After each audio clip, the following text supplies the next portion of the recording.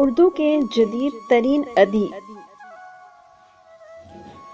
اردو کے جدید ترین ادیبوں میں سب سے ممتاز کون ہے؟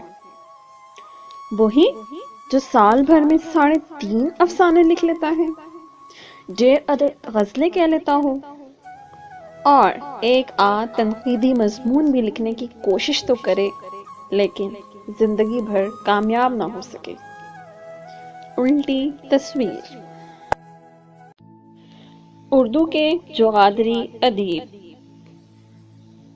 بھوک مجھے لفنگا بنا دیتی ہے، ادیبوں کی سی باتیں کرنے لگے۔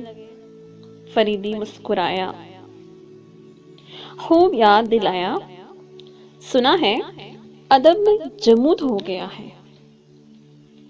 فریدی کچھ نہ بولا، حمید بکتا رہا، میرا مقدر ہی خراب ہے، ابھی حال ہی میں افسانہ نگاری شروع کی تھی کہ یہ بری اطلاع ملی۔ کل شام ریڈیو پر چند جغادری قسم کے ادیب ماں ایک محترمہ اردو افسانہ کے انحطاط کے اسباب تلاش کر رہے تھے۔ ایک بزرگوار بولے، جاسوسی ناولوں کی وجہ سے لوگ مختصر افسانے سے بے توجہی برت رہے ہیں۔ محترمہ حقارت سے ہنس کر بولی، اور یہ ناول بھی انگریزی کا چربا ہوتے ہیں۔ میں نے دل میں کہا کہ محترمہ، ہمارا مشاہدہ ہی جب انگریزی کا چربا بنتا جا رہا ہے تو پھر یہ ناول کیوں نہ ہو؟ ویسے ان جغادری ادیبوں میں ایک صاحب ایسے بھی تھے جو واشنگٹن ارونگ کے انداز بیاں اور جان رسکن کے طرز انتقاد کی نقالی کر کے جغادری ادیب بنے ہیں۔ بس یہی کہنا پڑتا ہے کہ اگر وہ خدا کے وجود کے قائل ہوں تو خدا ان کی مغفرت فرمائے۔ اشاروں کے شکار۔ ذوق سلیم۔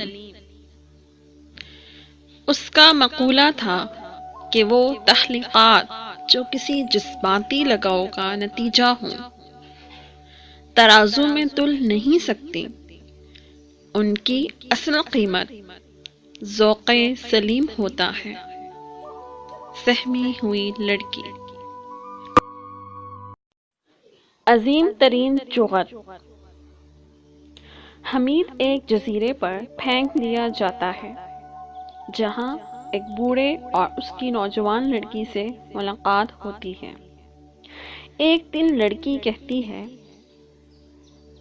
اب میں بہت خوش ہوں، تنہائی سے اکتاتی تھی، لیکن تم نے ہمیں اپنے بارے میں ابھی تک کچھ نہیں بتایا۔